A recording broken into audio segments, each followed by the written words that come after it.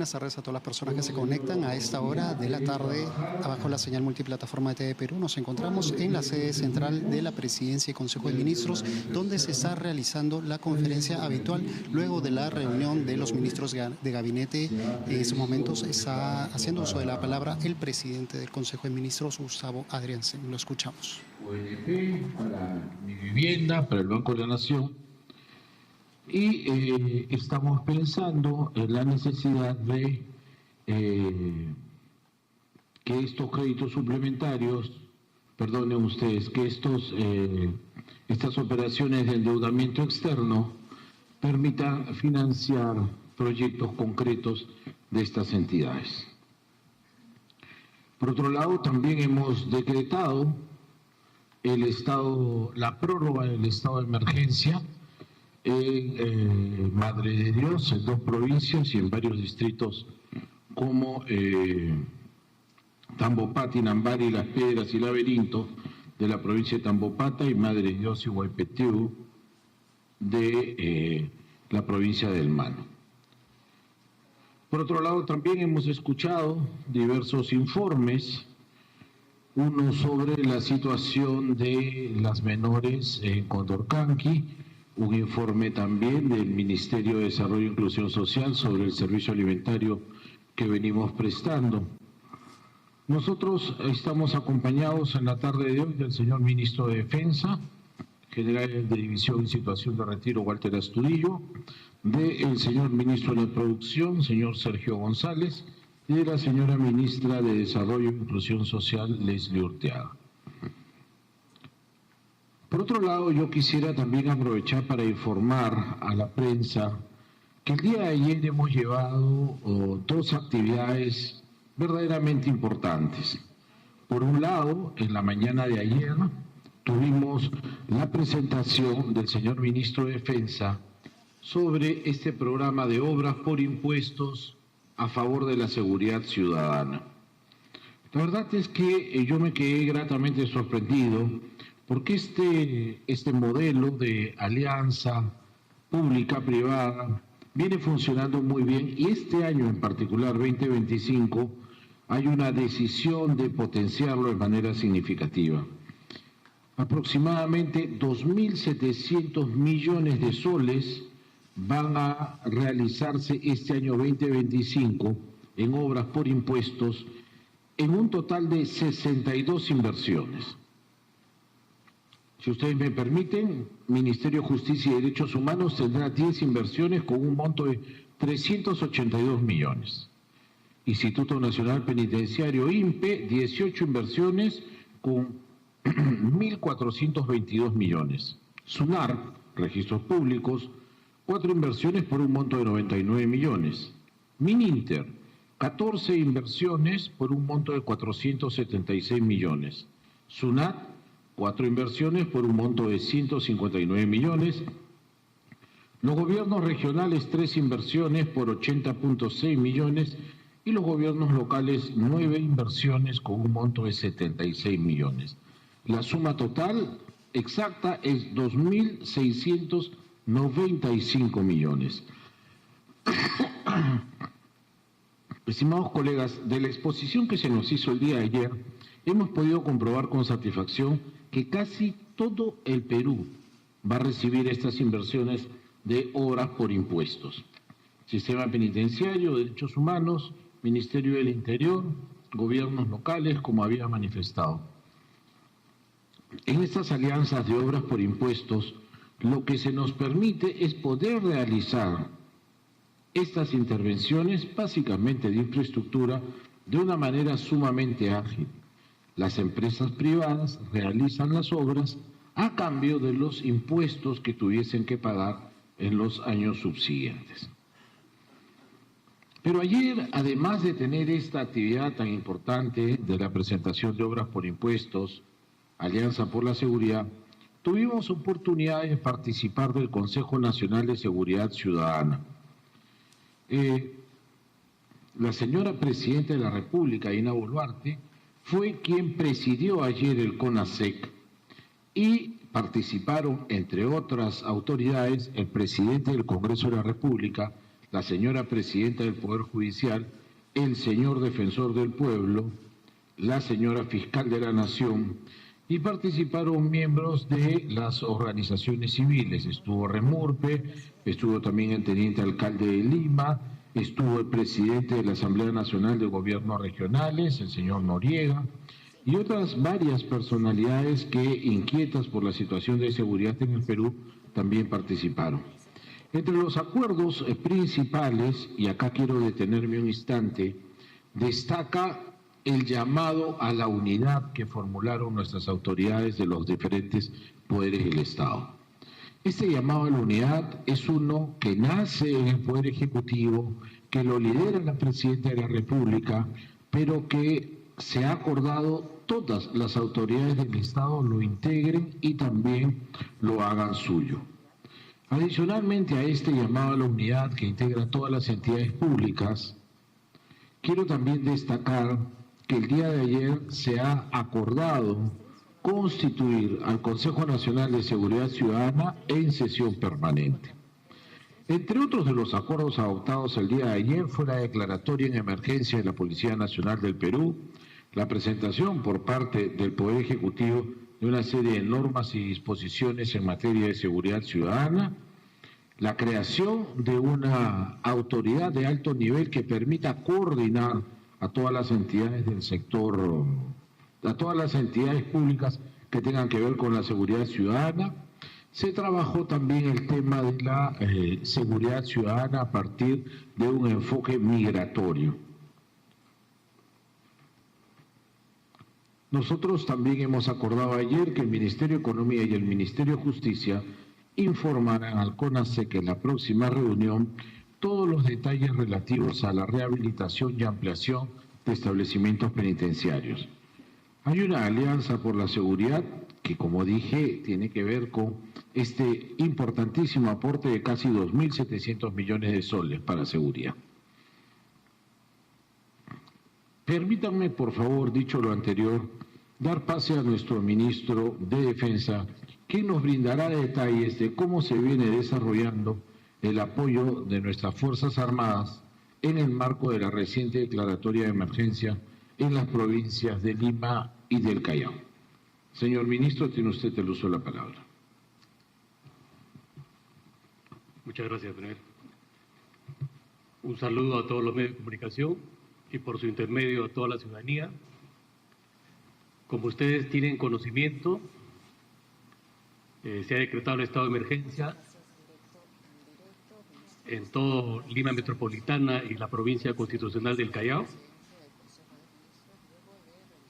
en el cual se establece que la Policía Nacional mantiene el control del orden interno y las Fuerzas Armadas, mediante acciones militares, le proporcionan el apoyo para la realización de estas operaciones policiales. Yo creo que es necesario aclarar un poco, porque siempre escucho diferentes versiones u opiniones de los ciudadanos y de algunos expertos que quizás puedan traer confusión. Como establece el Decreto Supremo 035, las Fuerzas Armadas apoyan a la Policía Nacional, no realizan o no reemplazan en las funciones que corresponde de acuerdo a la Constitución y a las leyes el trabajo que realiza nuestra Policía Nacional del Perú. Por otro lado, también es importante enfatizar que las Fuerzas Armadas realizan patrullajes. En estos momentos, desde las 5 de la mañana del día de ayer, se han desplegado personal de tropa y están realizando patrullajes de reconocimiento. En otras palabras, con estos patrullajes lo que se pretende, el objetivo, es crear espacios seguros, donde la gente puede transitar libremente. También he escuchado a muchos expertos que dicen, ¿por qué se declara estado de emergencia si esto no soluciona el problema? Y hacen referencia a situaciones anteriores o los que se decretan en otros departamentos del país. El estado de emergencia, o la declaratoria de estado de emergencia en sí, no es la solución al problema, en efecto. Solo es un instrumento que emplea el Poder Ejecutivo para permitir la actuación de las Fuerzas Armadas. Porque en Estado de Derecho las Fuerzas Armadas no pueden salir a hacer patrullajes de reconocimiento, no pueden salir a apoyar a la Policía Nacional. Entonces, mediante la declaratoria de estado de emergencia, lo que se facilita es que las Fuerzas Armadas puedan actuar en apoyo de nuestra Policía Nacional. Dicho esto, también quiero aclarar que en la estrategia para combatir a la delincuencia común y el crimen organizado, uno de los actores claves es la Policía Nacional. ¿Cómo? Mediante operaciones especiales. Se determinan que son operaciones especiales porque tienen como base información de inteligencia que le va a permitir atacar en el centro de gravedad de la criminalidad. Entonces, de esta manera, cuando las Fuerzas Armadas salen y apoyan el trabajo de la policía, les va a dar ese marco, esa facilidad para que ellos puedan realizar mayor cantidad de operaciones especiales. Yo creo que eso es, en esencia, de manera general, la estrategia que se emplea para combatir al crimen organizado. No es el estado de emergencia, sino es darle el marco, el soporte, para que la Policía Nacional pueda realizar con mayores facilidades las operaciones especiales.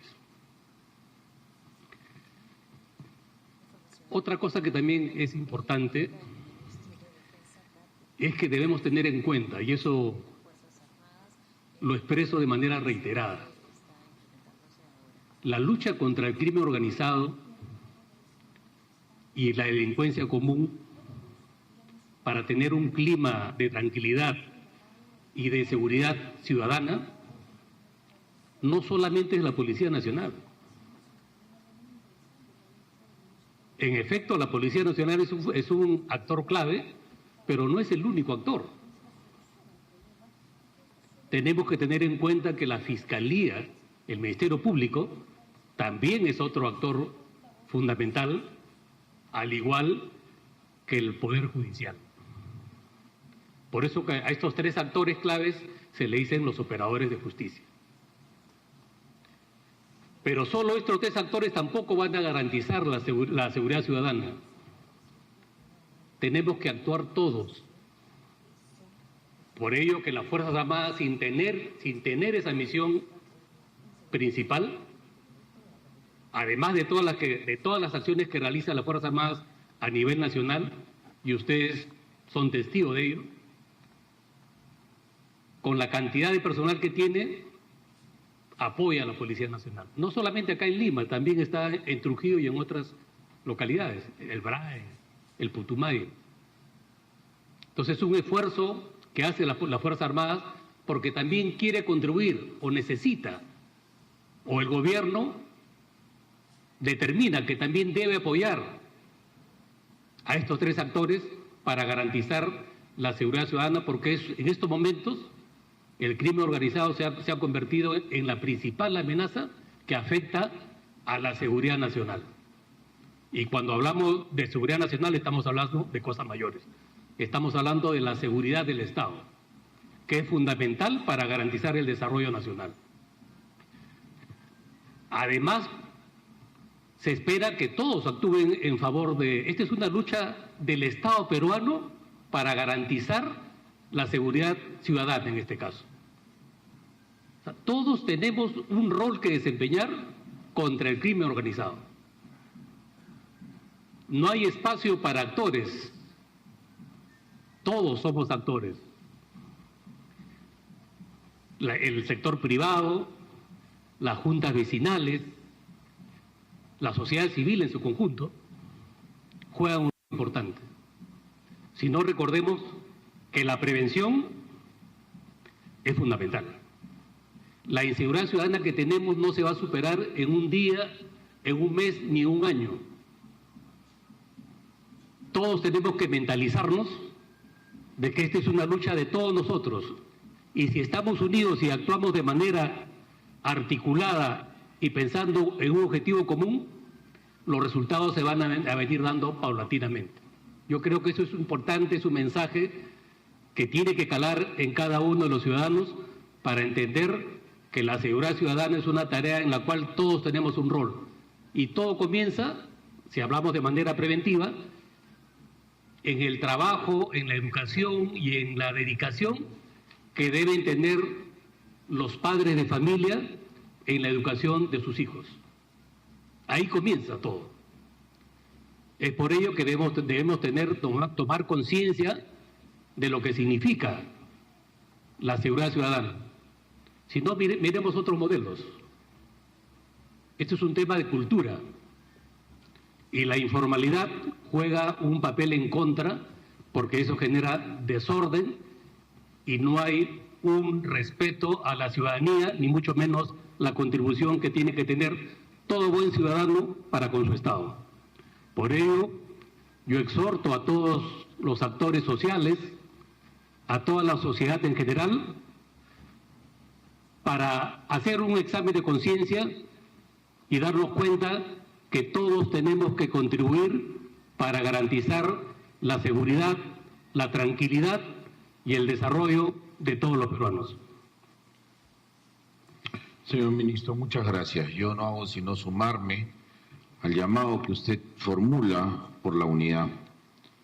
Yo tengo la percepción de que no hemos dimensionado todavía la gravedad del problema.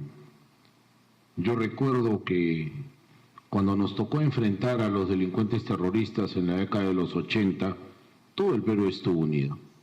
Inmediatamente después de ocurridos los luctuosos sucesos de los que fuimos testigos todos, hubo un consenso nacional en favor de la lucha contra los delincuentes terroristas. Entonces enfrentábamos a Sendero Luminoso y al MRTA, pues hoy estamos enfrentando al crimen organizado que tiene exactamente las mismas dimensiones, aquellas que nosotros hemos calificado de terrorismo urbano. Están utilizando granadas y están utilizando el terror, y ese terror no hace sino generar, por supuesto, la alarma ciudadana, aquella que nosotros estamos decididos a combatir firmemente. Para ese propósito, y también atendiendo a lo que fue un llamado de las autoridades ediles fundamentalmente, se tomó la decisión de decretar el estado de emergencia. Un estado de emergencia que, a diferencia de veces anteriores, que fue solamente por distritos, en esta oportunidad alcanza a toda Lima metropolitana y a la provincia constitucional del Callao. He leído, y les digo con la mayor sinceridad, con profunda tristeza, cómo han hecho mofa al ver a nuestras Fuerzas Armadas protegiendo el distrito de Miraflores. Pues no solamente están en Miraflores nuestras Fuerzas Armadas. Nuestras Fuerzas Armadas están desplegadas en toda Lima y en el Callao. La Policía Nacional está actuando en toda Lima y en el Callao. Ejército, Marina y Fuerza Aérea, de acuerdo con la planificación que se ha hecho, y se han distribuido nuestras fuerzas a lo largo de toda la capital. Entonces, no podemos estar, en mi opinión, haciendo mofa de lo que significa un servicio patriótico que es el que realizan nuestras fuerzas en todos los distritos, repito, de Lima y del Callao. Dicho lo anterior, voy a seguir el uso de la palabra al señor ministro de la Producción, don Sergio González. Sergio, adelante. Muchas gracias, Premier.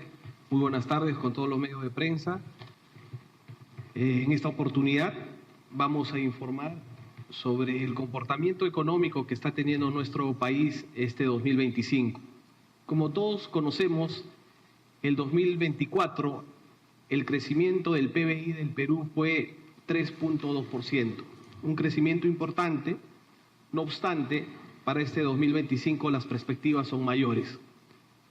Y en esa línea, el Instituto Nacional de Estadística e Informática, el INEI, el sábado pasado publicó el crecimiento económico del PBI de enero del 2025.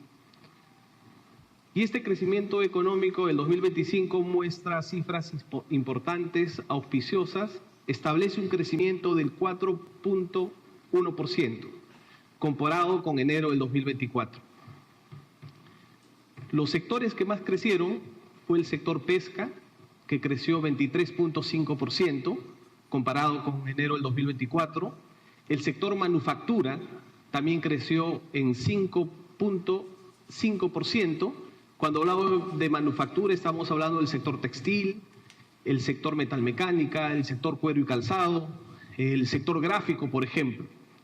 También creció el sector transportes en 4% y creció el comercio interno en 3%. En promedio, el crecimiento del PBI enero del 2025 de nuestro país, del Perú, fue 4.1%.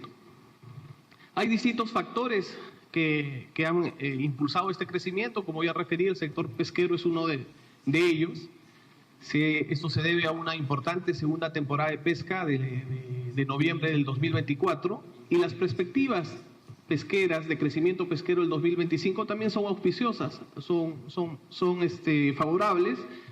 El crucero científico del Instituto del Mar del Perú actualmente está en proceso de evaluación para ver la biomasa de la anchoveta en nuestro Océano Pacífico, y así pues en los próximos meses establecer la primera temporada de pesca de anchoveta de la zona norte de nuestro país. Otro tema importante, Premier, que quisiera informar a los medios de comunicación son los concursos financieros no reembolsables que realiza el Ministerio de la Producción. Nosotros tenemos un programa que se llama Proinnovate. A través de este programa financiamos de forma no reembolsable proyectos de pequeñas, medianas y microempresas. Proyectos que tienen un valor agregado, un valor de innovación, de informática, y para esta oportunidad estamos convocando 95 millones de soles para beneficiar a 1.500 proyectos.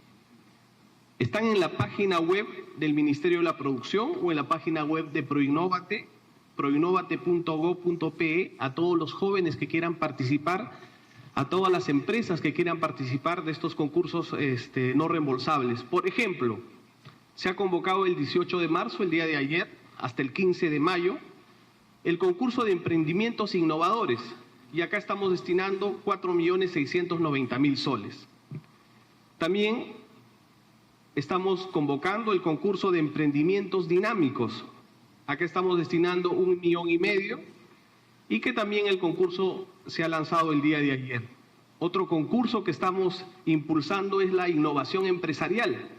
Estamos destinando 13 millones de soles y la convocatoria es del 19 de marzo al 22 de abril.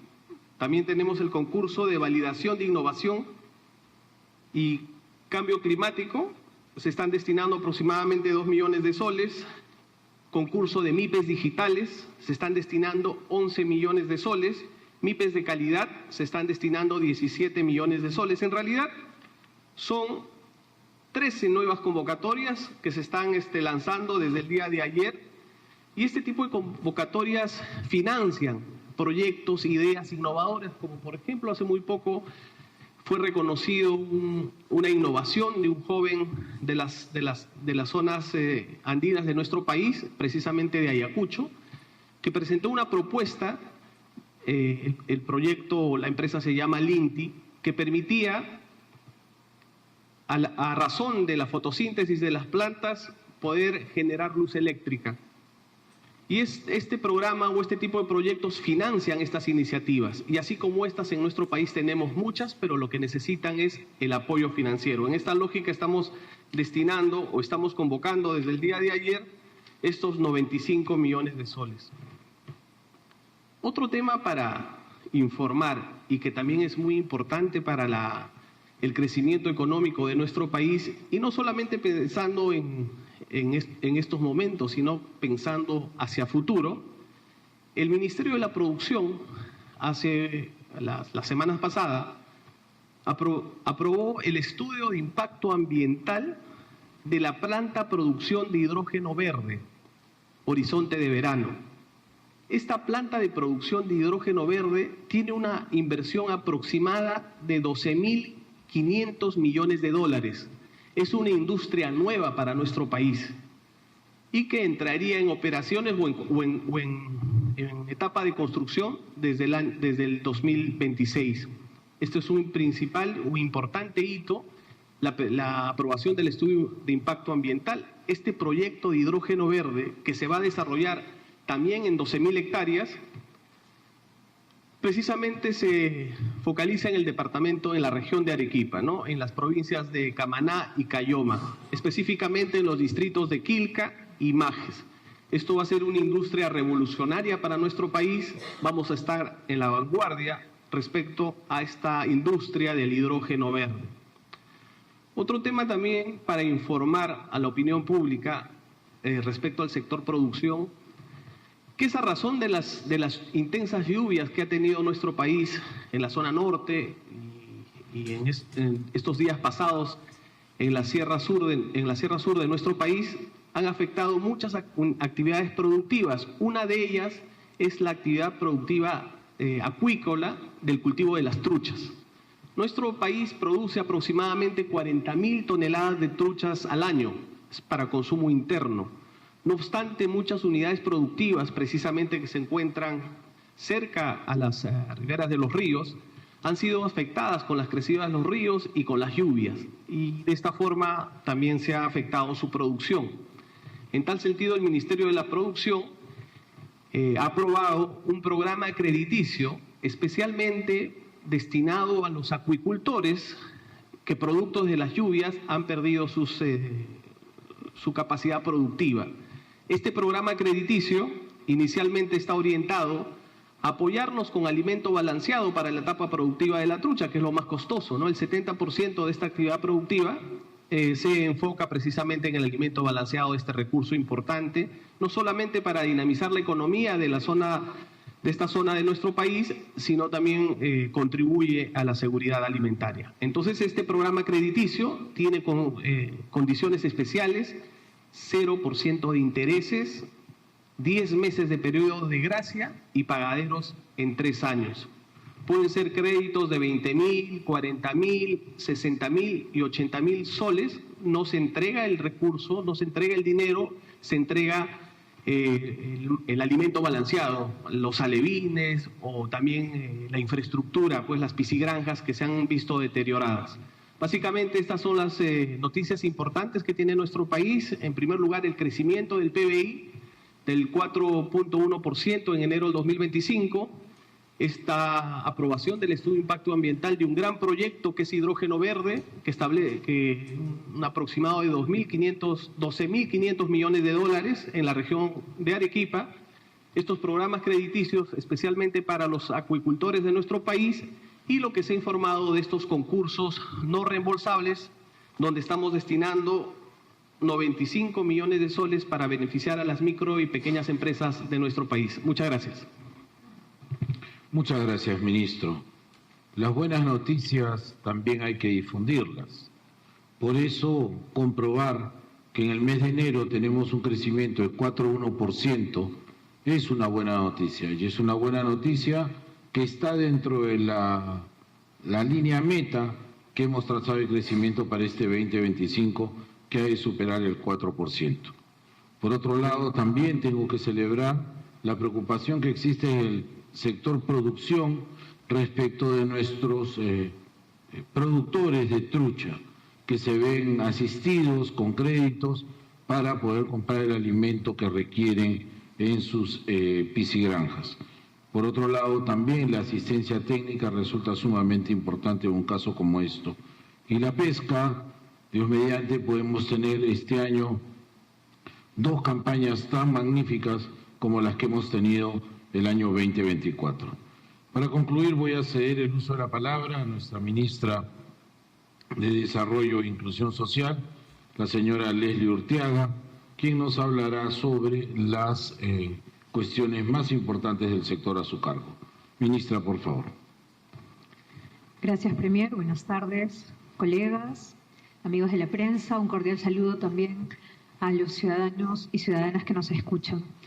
Hemos venido el día de hoy al Consejo de Ministros a informar cómo se está llevando a cabo el servicio de alimentación escolar conocido como Huasi Mi Cuna. Como ustedes conocen, el programa Huasi Mi Cuna ha dispuesto el inicio de un proyecto piloto que se ha venido dando y que se está dando en Ayacucho, Cusco y Piura, a más de 10.000 alumnos.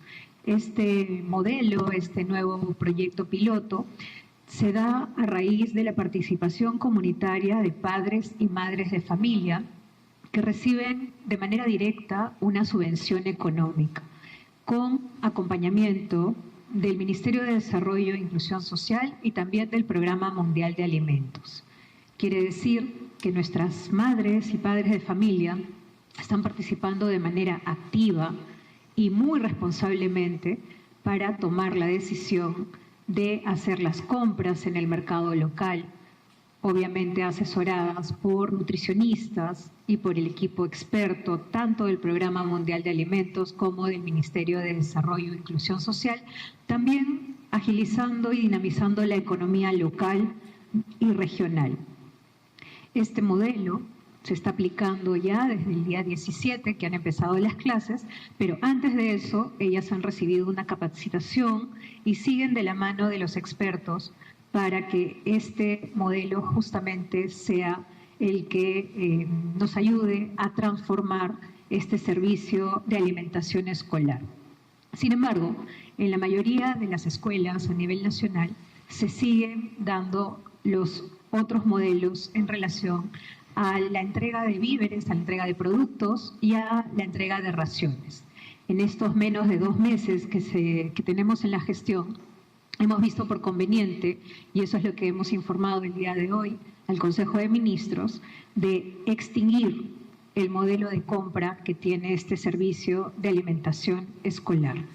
El modelo de compra de productos y de raciones significa que vamos a dejar de comprar a proveedores de manera directa y que vamos a incluir nuevas modalidades para el próximo año. Como ustedes también conocen, estas compras se inician el año anterior. Eso quiere decir que este 2025, este modelo de compra será totalmente distinto. Por supuesto, priorizando la salud y la alimentación de la niñez peruana. Vamos a fortalecer la modalidad de subvención económica que se incluye en el proyecto piloto que estamos trabajando, sumando más organismos internacionales, entidades públicas y privadas. Como ustedes recuerdan, el programa Huasi Mi Cuna cuenta ya con un comité directivo en el que están los sectores de educación, salud, producción, sector agrario, un representante de los padres de familia y el MIDIS. Además, también se ha dispuesto reforzar la supervisión y el monitoreo adecuado de la prestación del servicio alimentario a nivel nacional, de tal manera que a través de la línea gratuita 0800 20 600 que se pone a disposición de todos los peruanos y peruanas, podamos recibir todas las recomendaciones, sugerencias, reclamos o quejas que se puedan tener. Asimismo, Premier, permítame reiterar que por disposición de la señora Presidenta también se adelantaron los pagos de las pensiones que corresponden al programa Contigo, que está vinculado a las personas con discapacidad, y al programa Pensión 65, donde hay más de 800.000 personas, en el caso del programa Pensión 65, y 140.000 personas en el programa Contigo, que ya cuentan en sus cuentas la pensión correspondiente al mes de abril, que está siendo adelantada justamente al mes de marzo por las emergencias o por los estados de emergencias que se han dispuesto por parte del Ejecutivo. Simplemente reiterar nuestro compromiso, así como lo han dicho los que me han antecedido con la lucha contra la criminalidad, también nuestro compromiso con la lucha contra la corrupción. Gracias, Premier. Muchas gracias, señora ministra. Vamos a ponernos ahora a disposición de la prensa para escuchar vuestras preguntas. Adelante. Gracias, Premier. Recordarles a los señores periodistas que todos los medios de comunicación podrán participar con la formulación de una pregunta por medio. Primera pregunta a cargo de Paolo Segarra, de Canalé. Buenas tardes, Premier. Buenas tardes, ministros. Los anuncios, las medidas informadas ayer en el CONASEC, varias han recibido, digamos, respaldo, aliento de la población, por ejemplo, la implementación de las unidades de flagrancia. Pero hay otras que están recibiendo críticas, puesto que ya se han anunciado anteriormente y no han tenido los resultados esperados. Por ejemplo, el control de los migrantes indocumentados, o por ejemplo el servicio militar y policial obligatorio. No se ha dado mayores detalles y esto anteriormente se ha anunciado y, como le mencionaba, pues no ha tenido mayores resultados. Y aprovechando, primera de Ancén, mire usted, consultarle sobre la interpelación que se viene impulsando en el Congreso en contra suya por el congresista Eduard Málaga. Entre las razones se menciona pues el fracaso en la lucha contra la criminalidad, el respaldo a ministros cuestionados o los escándalos de la presidenta Dina Boluarte. Gracias. Si me permite, muchas gracias. Mire usted, el CONASEC es un espacio en el que están representados los poderes del Estado y organizaciones también de la sociedad civil. Comprenderá usted que un espacio tan amplio como este, las iniciativas y la adopción de acuerdos forma parte de una voluntad conjunta para poder llevar adelante, en este caso concreto, la lucha contra la criminalidad. Lo decía yo hace un momento, la Presidenta de la República preside, pero estuvo presente el Presidente del Poder Judicial, estuvo presente la señora Fiscal de la Nación, el señor Defensor del Pueblo, y estuvieron presentes otras organizaciones, además de muchos ministros, y las iniciativas, reitero, que provienen de diferentes fuentes, en este Consejo se acuerdan y se votan, porque lo que pretendemos en el Consejo es reflejar el interés de todos los participantes. En ese sentido, por ejemplo, yo saludo que la comunidad haya recibido con bien el apoyo que desde el Ministerio de Economía se le va a brindar a las unidades de flagrancia, sobre todo a las instituciones como Poder Judicial, Ministerio Público, Policía Nacional y Defensa Pública, que son quienes integran las unidades de flagrancia. Por otro lado, mire usted, cuando refiere que algunos anuncios ya se han hecho con anterioridad y no se han cumplido, es que probablemente esa sea la razón por la que tengamos que insistir en ellos. Nosotros, y creo yo que gran parte de la población, por ejemplo, es consciente que tenemos un problema de migración irregular. Y dentro de la migración irregular, lamentablemente, hemos identificado muchos casos, decenas de casos, centenares de casos, donde son precisamente estos inmigrantes en condición irregular los que resultan ser autores de crímenes. Y eso lo podemos ver con las capturas que prácticamente a diario se producen. Frente a esta situación es que tenemos que adoptar medidas de esta naturaleza.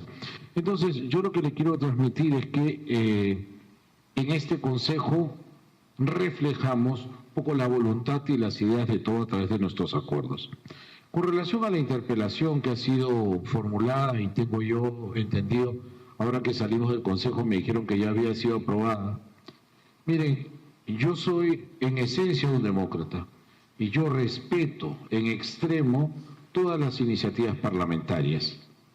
Y naturalmente, si es el caso, yo estaré en el Pleno atendiendo esta interpelación. Una interpelación que cuando se me entregó he podido contar aproximadamente 150 preguntas.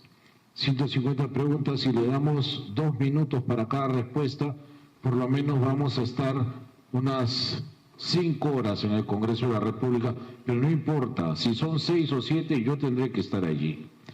Mire, el que habla, y más allá de mi trayectoria profesional y el antecedente democrático que me precede, yo tengo una política de puertas abiertas. Nosotros recibimos acá constantemente a todos los congresistas. De hecho, al congresista que ha impulsado esta interpelación también lo hemos recibido. Y me sorprende que sin siquiera un diálogo previo me convoquen a una interpelación. No estoy hablando de una estación de preguntas, estoy hablando de una interpelación que por lo menos hay 6 o 7 grandes materias sobre las que quieren que yo rinda cuenta. No tengo inconveniente en hacerlo, pero si usted me pregunta qué hubiera preferido, que el congresista me envíe una comunicación o me visite y me pide explicación sobre todo aquello. Pero no obstante, estamos además, y en esto quiero ser muy claro, desde el Poder Ejecutivo, absolutamente conscientes que estos son momentos en la relación ejecutivo-legislativo donde estas dinámicas se van a acelerar. No soy el único, estimado amigo. Ya sabemos que el día viernes se va a debatir y votar una moción de censura contra el ministro del Interior, y también en la misma condición de interpelación tenemos al señor ministro de Trabajo y Promoción del Empleo. Ya hace más de un año vivimos estas experiencias que yo creo, si usted me pregunta mi opinión política, se van a acentuar ahora que estamos entrando a un proceso electoral. Muchas gracias. Siguiente pregunta, por favor. A continuación, Fernando Palomares, de Prensa Perú. Buenas tardes, señor Premier, señores ministros, colegas y a todo el país que nos ve a través de los medios de comunicación a esta hora de la tarde. La jefa de Estado ha señalado que está pensando seriamente en la pena de muerte. Y aquí se presenta un antes y un después para nuestro país. ¿Qué se busca castigar? ¿La persona que quita la vida a otra o el hecho mismo de asesinar?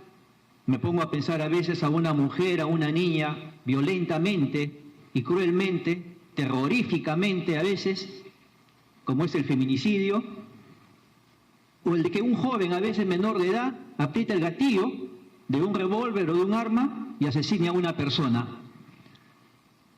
Si se puede hacer pedagogía o docencia ya, señor Premier, en el país para que de una vez, porque es el reclamo del país, en su mayoría, la aplicación de la pena de muerte, porque no podemos seguir ya en esta circunstancia en un país que nos estamos desangrando. Gracias.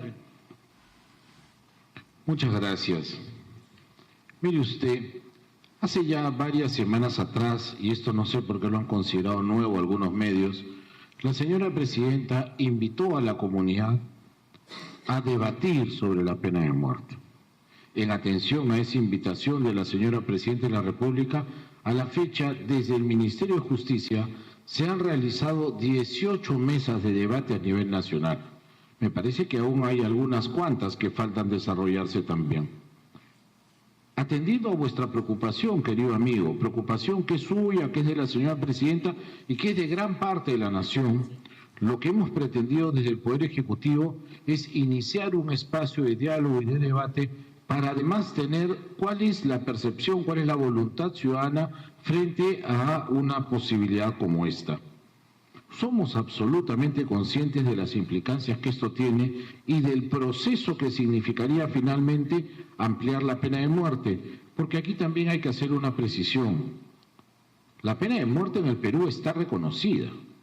Existe la pena de muerte para casos de traición a la patria, en caso de guerra exterior y terrorismo.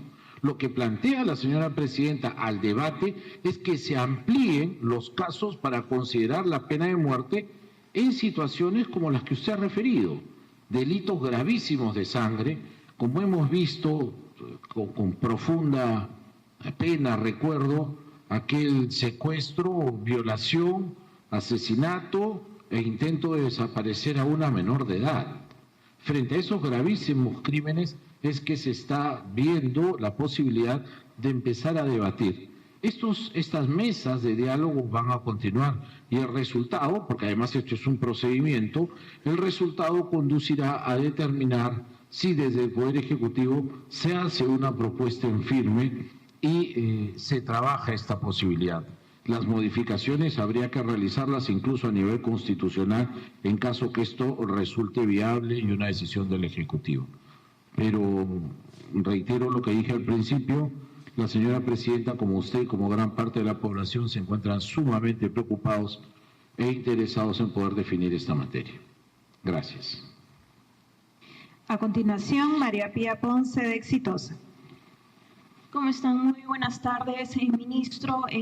Premier, por favor, sobre el servicio militar y policial obligatorio, ¿en qué va a consistir? Porque Susel Paredes ha criticado este proyecto de ley, diciendo sobre todo que se haya agregado el servicio policial también. Ella expresó de dónde saca lo que fuma el ministro, mencionó.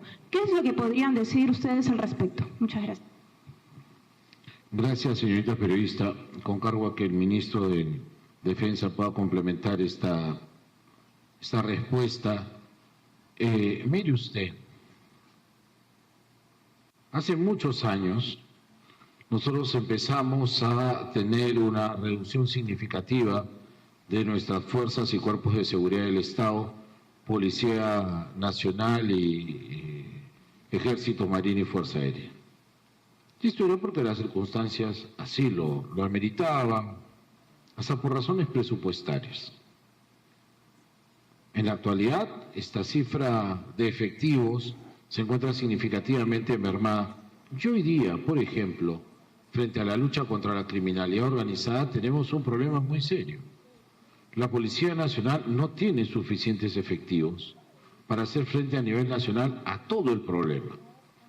Debemos ser de los países en la región que tiene menos efectivos policiales por miles de ciudadanos. Entonces, se han previsto varias fórmulas. Por ejemplo, el señor ministro del Interior había propuesto que los reservistas de las Fuerzas Armadas puedan ingresar a la Policía Nacional.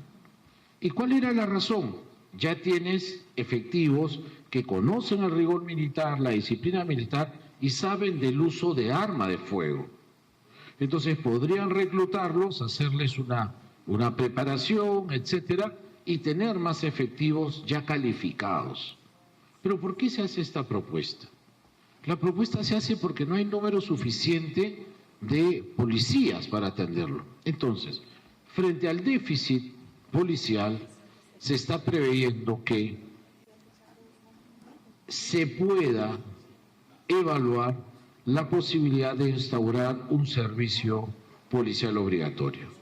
También se está viendo la posibilidad de hacer un CECIGRA policial, que puedan participar ciudadanos de este CECIGRA. Pero esto no sería, quiero decir, una labor prestada gratuitamente. Por supuesto, tendríamos que remunerar a los jóvenes, a las jóvenes que participen de esta experiencia. Básicamente, el llamado y la iniciativa tiene que ver en el déficit que tenemos de efectivos para enfrentar, como ahora, por ejemplo, el problema de la criminalidad. Señor ministro, ¿desea usted complementar? El señor ministro de Defensa va a complementar la respuesta. Me voy a referir fundamentalmente al servicio militar obligatorio. En realidad siempre hablamos, porque ahora he manifestado que el tema de la inseguridad ciudadana es el problema principal, y el ministro del Interior lo ha dicho en múltiples oportunidades, la falta de policías. La población se ha incrementado significativamente en comparación a décadas anteriores, sin embargo, la cantidad de policías sigue siendo la misma. Y él ha manifestado que aproximadamente hay un déficit de 70.000 policías. Por ello que es importante ver diferentes formas para poder incrementar los efectivos policiales. Eso por un lado. El Premier lo ha manifestado. Hay diferentes alternativas, pero me voy a centrar en lo que es el servicio militar obligatorio. Al igual que la policía, las Fuerzas Armadas también tienen un déficit de efectivos. Y me refiero principalmente al personal de tropa de servicio militar. Para que se den una idea, comparativamente a la década de los 90, donde el terrorismo era la amenaza principal, la cantidad de efectivos se ha reducido más del 50%. No es bueno hablar de cantidades porque son temas reservados, pero para que se den una idea, más del 50% de reducción de efectivos comparado hace 30 años. Y sin embargo, la cantidad de acciones militares o de actividades, para que se entienda mejor, se ha incrementado. Porque las Fuerzas Armadas, que son instituciones muy sólidas, históricas, gloriosas, y que están a lo largo de todo el territorio nacional, en esas zonas más difíciles de nuestra sierra, de nuestra selva, ahí están las Fuerzas Armadas. Y se emplean no solamente para su función principal, que es la de garantizar la soberanía, integridad territorial e independencia, sino también actúan como primera respuesta en la gestión de riesgo de desastres, inundaciones, incendios o cualquier emergencia donde esté en riesgo la vida de la población. Ahí están los militares como primera respuesta. Si están en zona de emergencia, o tienen el control del orden interno o están apoyando a la Policía Nacional. Y también están apoyando al desarrollo.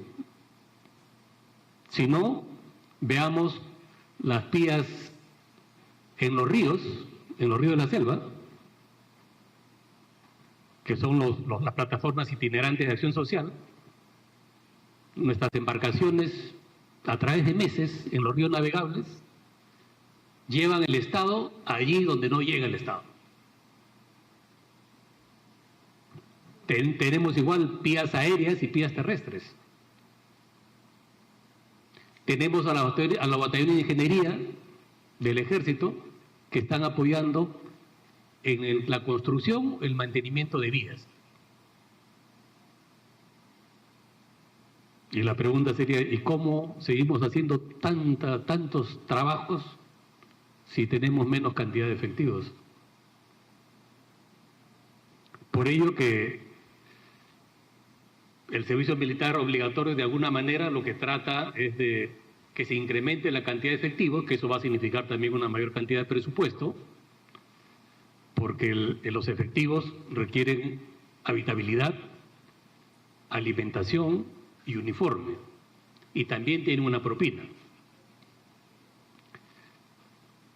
Otra forma que también el Ejecutivo está trabajando, está en pleno proceso porque es un compromiso de la Presidenta de la República o del Gobierno, que lo expresó en su último mensaje presidencial.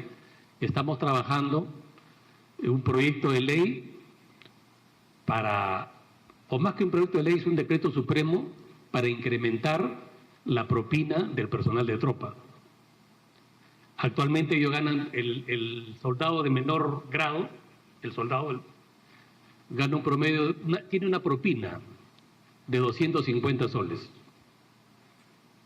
La propuesta es que se incremente a 700 soles. Y a partir de ahí se va incrementando hasta el mayor grado del personal de tropa, que es inferior al suboficial de tercera. De tal manera que si nosotros incrementamos esa propina, lo que va a hacer es más atractivo al servicio militar. Va a ser una oportunidad que tienen aquellos jóvenes que no dudan en dar 1 año o 2 años de su vida al servicio de la patria para hacer todas las actividades que he mencionado. Jóvenes disciplinados, con valores, con profundo amor a la patria, van a tener oportunidades para que puedan ahorrar y puedan emplear ese ahorro en un tema de su desarrollo personal. Pero además tienen otras facilidades. Existe un Instituto Superior Tecnológico Público de las Fuerzas Armadas que está en el RIMAC, y los invito a que lo visiten, donde los licenciados, que son los que terminan su servicio militar, tienen la oportunidad de poder, mediante postulación, poder ingresar a seguir 12 programas, 12 carreras técnicas que tienen doble acreditación con un college de Canadá, de primer nivel, ese instituto, y que los capacita por 3 años y le otorga un título a nombre de la nación de técnico profesional. Esa es otra facilidad, le cambia la vida a estas personas que son buenos ciudadanos. Además, ahora también lo ha expresado el Premier, el Ministerio del Interior está promoviendo que esos licenciados con pocos meses de preparación puedan ser asimilados como policías. Entonces, considero yo que con estas medidas que está adoptando el gobierno se va a hacer más atractivo el servicio militar y probablemente no sea necesario, eso se verá ya en la práctica, que no sea necesario recurrir al servicio militar obligatorio. Señor ministro, muchas gracias. Siguiente pregunta, por favor. A continuación, Andrea Mezquita, de RPP. ¿Qué tal, ministros? Muchas gracias. Andrea Mezquita, de RPP. Todo el Perú lo escucha, por favor. Desde el Ejecutivo, ¿hay preocupación por una posible colaboración de repente del doctor Gavani con la Fiscalía? Esto luego de la difusión, efectivamente, de un supuesto email de este cirujano, ¿no? Quisiéramos saber su percepción. Y además, con respecto a, bueno, precisamente este proyecto de ley que plantean, pues, impulsar en el Congreso de la República con respecto al servicio militar y policial obligatorio, ¿cuándo aproximadamente planean presentarlo? Gracias.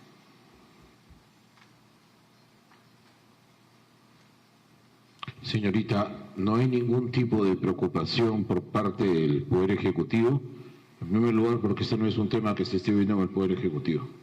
Y en segundo lugar, estamos seguros que la defensa técnica de la señora Presidenta sabrá articular los mecanismos procesales que correspondan para hacer valer sus derechos. Yo lo único que quiero decir es que he recibido información que cualquier tipo de violación al secreto de las comunicaciones de la señora Presidenta merecerá de parte de sus abogados una respuesta contundente contra los que resulten autores de estos hechos. Por otro lado, con relación a los proyectos de ley que usted ha hecho referencia, se ha de preparar y buscar la norma pertinente a efectos de poderla viabilizar. Se acaba de hacer el anuncio el día de ayer y esperamos, señorita, que los equipos técnicos se puedan reunir para procesarlo. Gracias. Siguiente pregunta, por favor. A continuación, Ali Ayala, de TV Perú. Buenas tardes, Premier, ministros de Estado. El día de mañana el Congreso ha aprobado que asista el ministro el ministro del Interior, Santibáñez, para que pueda exponer su plan de seguridad ciudadana en el marco de la moción que se va a discutir el día viernes. ¿Cuál es la expectativa del gabinete frente a esto en este marco, ¿no? Gracias. Mire usted, la expectativa que tenemos nosotros es la mejor.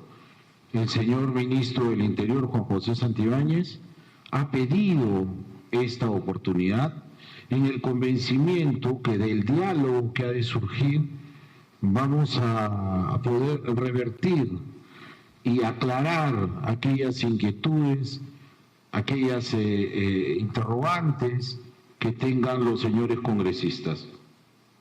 El señor ministro se ha puesto a disposición del Congreso y yo estoy seguro que con evidencia, con documentos, con cifras, él podrá demostrar que el trabajo que se está haciendo es un trabajo que está dando buenos resultados, que son progresivos los resultados y que resulta imprescindible continuar precisamente con esta actuación. Yo confío, si habla usted de expectativas, confío en que luego del día de mañana, de las explicaciones que dé el ministro y del diálogo personal con el Congreso, con la representación nacional, se va a disipar esta idea de aprobar una eventual censura en contra suya. Siguiente pregunta, por favor. A continuación, Mari Carmen García, de Willax. ¿Cómo está? Buenas tardes, ministros. Premier, quisiera consultarle en todo caso respecto a la última pregunta. ¿Por qué insistir con la presencia del ministro Santibáñez en el gabinete, teniendo en cuenta la gran desaprobación que tiene y la percepción de falta de resultados, no solamente en cuanto a su figura, sino a la estrategia del gobierno? En lo que va del estado de emergencia han continuado las muertes y la incertidumbre y ataques por extorsión. Y en ese sentido también quisiera que pudiera, en todo caso, desmentir los rumores de un posible cambio dentro del Premierato. Gracias. Señorita, desde la presidencia del Consejo de Ministros que yo jefaturo, estoy en el deber y en el convencimiento de que todos los señores ministros que me acompañan en el despacho deberían seguir haciéndolo. En opinión del que habla, los resultados de la gestión del ministro del Interior progresivamente están siendo positivos frente a un problema que es gravísimo. Por otro lado, la declaratoria de estado de emergencia no es una solución en sí misma. La declaratoria de estado de emergencia, como bien lo dijo nuestro ministro de Defensa, es una herramienta más que permite enfrentar al crimen. Lamentablemente, como usted dice, señorita, hay ataques, cierto es, los hay, y probablemente y lamentablemente quizá puedan continuar habiendo estos ataques. Lo que nosotros hacemos es luchar permanentemente para que esto no ocurra y vayan reduciendo de manera significativa este trabajo. La declaratoria de estado de emergencia en la ciudad de Lima, señorita, y yo me permito invitarla a que retrocedamos un poco. Usted puede comprobar seguramente a través de los medios de prensa que era algo que los propios alcaldes estaban solicitando. Y en atención a ello y a los graves sucesos ocurridos el fin de semana, es que esta decisión se precipita y se adopta con la, reitero, con la convicción de que esta herramienta va a permitir que nuestra Policía Nacional y nuestras Fuerzas Armadas puedan actuar teniendo un marco legal para hacer las intervenciones policiales. Y respecto de desmentir rumores de un cambio en la presidencia del Consejo de Ministros, señorita, yo ya tengo poco más de un año y créanme que todas las semanas me están destituyendo y todavía seguimos por aquí, seguramente por mucho más tiempo. Gracias, señorita. Siguiente pregunta, por favor. A continuación, Talía Rosales, de Panamericana. Buenas tardes, señora Drazen. Sí, consultarle también respecto a otro de los anuncios que se hizo en la reunión de CONASEG ayer sobre la expulsión de extranjeros. Entendemos que esta medida se hizo de conocimiento público, incluso cuando estaba a la cabeza del Consejo de Ministros el señor Alberto Otárola. ¿Por qué insistir en esta medida que entendemos no ha dado resultados, señora Drazen?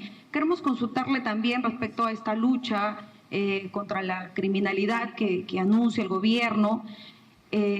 Sin embargo, entendemos que hay licencias en la DIVIAC para extraer material de celulares que están vencidas. Entonces, ¿qué se está haciendo al respecto, por favor? ¿Podrías, por favor, repetir lo último, lo de los celulares? Esta última, DIVIAC tiene licencias de programas que están vencidos para poder extraer información de celulares. Entonces, nos gustaría saber si tiene información sobre eso y ha negado, además, entendemos una vez más, posibles cambios para refrescar su gabinete, como lo han mencionado muchos congresistas. Señora Drazen, gracias. Gracias, señorita. Mire usted, esto de la expulsión de extranjeros, en primer lugar, debemos hacer una precisión. No se trata de expulsar a todos los extranjeros. Tenemos extranjeros que están en una situación migratoria regular y perfectamente insertados en nuestra sociedad. Seguramente ustedes en sus medios de comunicación tienen más de un compañero extranjero. Con ellos no tenemos ninguna dificultad. Nosotros tenemos dificultades con los extranjeros que se encuentran en una situación migratoria irregular y que además de ese hecho los encontramos siendo autores de crímenes. Es a ellos fundamentalmente a quienes dirigimos esta medida. Y lo hacemos, señorita, con un doble propósito. En primer lugar, porque no podemos permitir que estén vulnerando la seguridad de nuestras fronteras. Y en segundo lugar, lo hacemos porque no podemos permitir que esta situación se sostenga en el tiempo. Tenemos muchas dificultades para ello. Señorita, nosotros ya estamos haciendo esas expulsiones.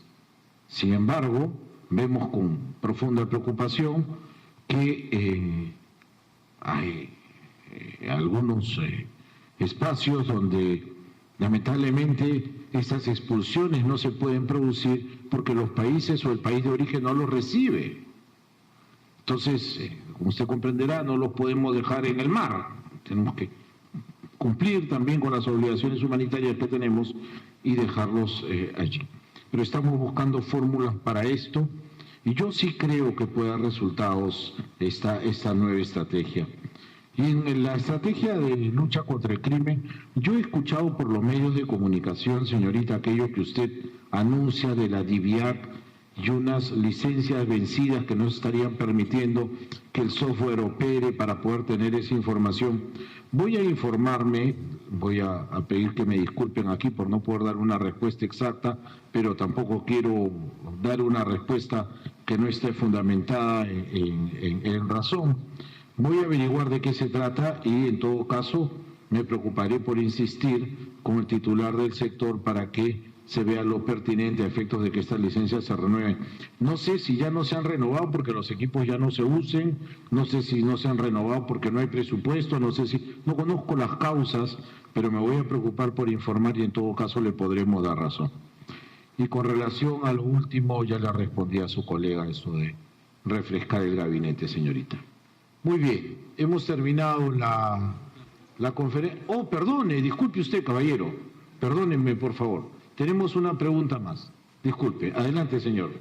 Última pregunta a cargo de Mauricio Muñoz de la República. Adelante, Mauricio. Acepto sus disculpas, señor primer ministro. Gracias. Buenas tardes con todos, señor ministros. Mi pregunta es la siguiente.